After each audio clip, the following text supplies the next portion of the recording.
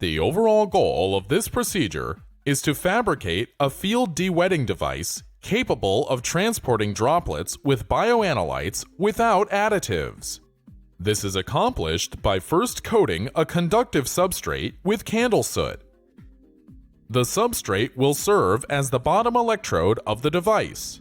The second step is to protect the soot layer by applying liquid fluoropolymers. Next, fabricate the top electrodes of the device. Then, connect the top and bottom electrodes to the electronics of the experiment. The final step is to place a sample between the electrodes to test the device.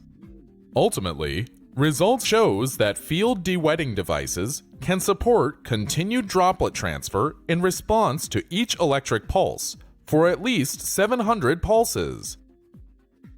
The main advantages of this technique over existing methods, like electrowetting, is that the electric field does not lead to wetting and there is no need of extra additives for droplet transport.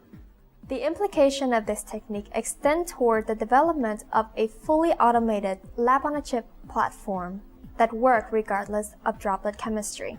Demonstrating the procedures will be Mike Wutkowski and Selina, undergraduate researchers from my lab.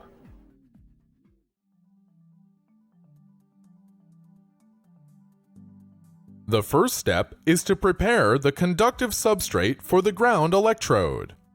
For this purpose, a copper sheet has been cut into rectangles. The rectangles are 75 mm by 43 mm with a thickness of 0.5 mm.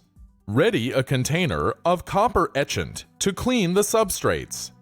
This video will follow the protocol using only